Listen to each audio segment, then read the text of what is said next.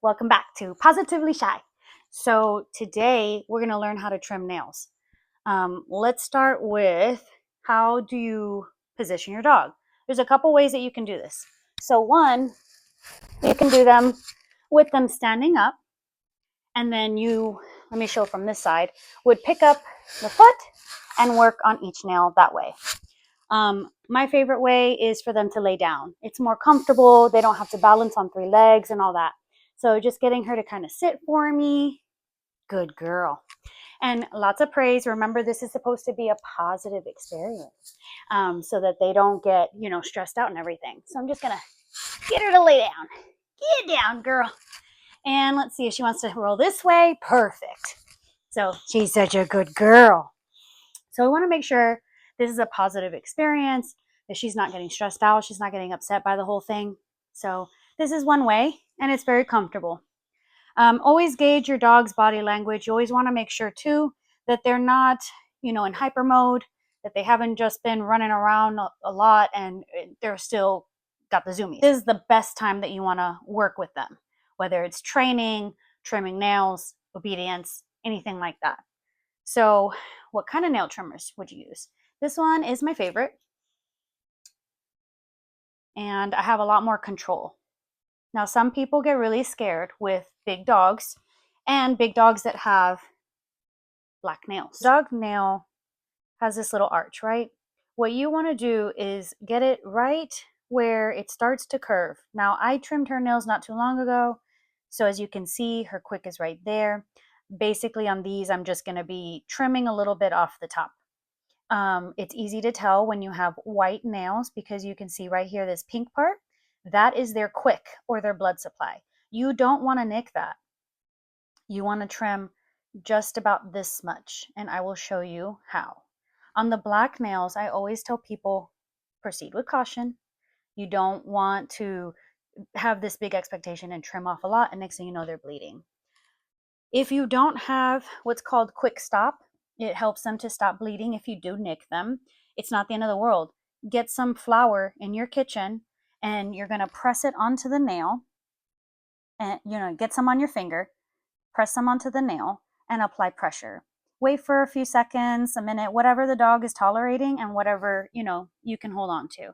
And then let go, examine it, see if there's any blood seeping through, and repeat the process.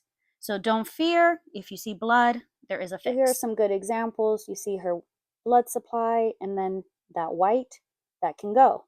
I'm not going to put the clipper over here because then the squeezing will apply pressure to the quick and that becomes painful. All right, so here we go. Now, remember this one probably doesn't need much, so I'm just going to do it from the top. And it does look like all I did was just shave it, right?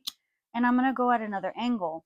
What I find some people do is get the whole nail in there.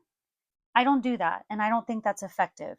I think what you're doing in that is squeezing the nail, and that can cause the dog to be painful. She is not sedated, by the way. She just understands the assignment. So I've got that. I also don't want to pull her leg in a weird way that's unnatural for her. That also will cause discomfort and not a great experience. Now I'm going at it from 3 sides. The side, and the top. And you start to see that little black dot in the center. That tells you do not proceed, do not collect $200. And then on this white one, we're going to do the same. I'm just going to nick the top off, and then that's going to get me in on the side and in on the other side. And I'm just going to go around the whole nail, just kind of shaving it in a way. Could you do this with a Dremel? Yes. What happens with a Dremel is it's very hot, and people don't know that you're not supposed to keep the Dremel on there. That heat will hurt the dog and make it a bad experience. So I like to do the trimmer. And then if I want to take off some sharp parts and I have a Dremel, then I may go around and just try not to be too eager. But when you see that black dot starting to appear, again, what do? Stop. And some people might look at that and say, oh, but that's the quick. No, it could be dirt. It could be misleading. So again, we want to go in a natural direction of their legs. the bottom leg. I can either have her get up and flip over, or I can just continue working on her from this angle. I'm not going to bring this leg all the way up to me. I need to be a little flexible, right? So I've got it just a little bit raised up, and then we're going to start again. So we're going to trim from the top. And I've already got the quick exposed. I know, mama. If it bothers them a little, give them a break, put the leg down, let them have a win, you know? This is a little bit sharp, so I'm going to just get the side parts of the nail to not be greedy. Sometimes they will kick like a little donkey. You know, it's a reflex. See, she's doing it now. It's a reflex. Kind of work with the dog, but you don't want to surrender, because if you do, then they know they just have to do that and you will give up. Don't be scared to trim your dog's nails. This is something that's a very easy technique for people that are scared. One more toe. Good girl. Nobody thinks you're stupid if you're talking to your dog. You want them to feel at ease about this situation. They're not in trouble. They're not getting punished.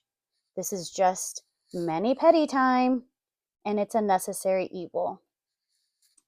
There's how much you want to trim off, and then there's how much you can trim off.